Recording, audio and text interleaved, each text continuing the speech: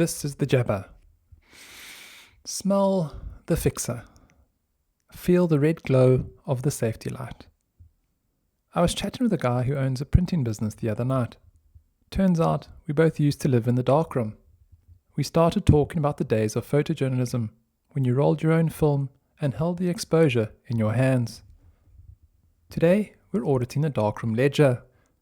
What happens to the human brain when we remove the physical cost of making a choice? It's jabber time. In 2026, you can change your ISO with a swipe of a thumb mid-burst. But back then, you bought a roll of 400 and you committed to that sensitivity for the next 36 frames.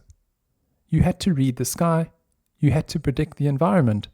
It was a commitment baseline. When you looked through that mechanical lens, manual zoom in one hand, aperture ring in the other, you weren't just clicking a button. You were balancing an equation of light. The digital gimmick tells us that automation makes us better creators, but automation actually just turns us into spectators.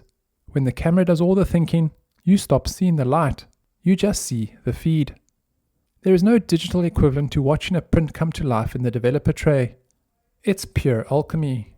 You put a blank piece of paper into a clear liquid, and slowly, the silver halides reveal the ghost of the moment you captured. It required patience. It required an understanding of timing, temperature, and agitation. Because you had to work for the image had weight. It had soul. Now we take 10,000 digital photos that sit in a cloud vault, never to be printed, never to be looked at, because they cost us nothing to make. If a choice costs you zero friction, the output will yield zero emotional dividend. Sovereignty is slowing down the shutter speed of your own life. You don't need to dust off an old mechanical SLR to apply this math. Stop treating your decisions like a digital burst mode, spraying options everywhere and hoping one works out. Treat your time, your career, and your relationships like a 24 exposure roll of film.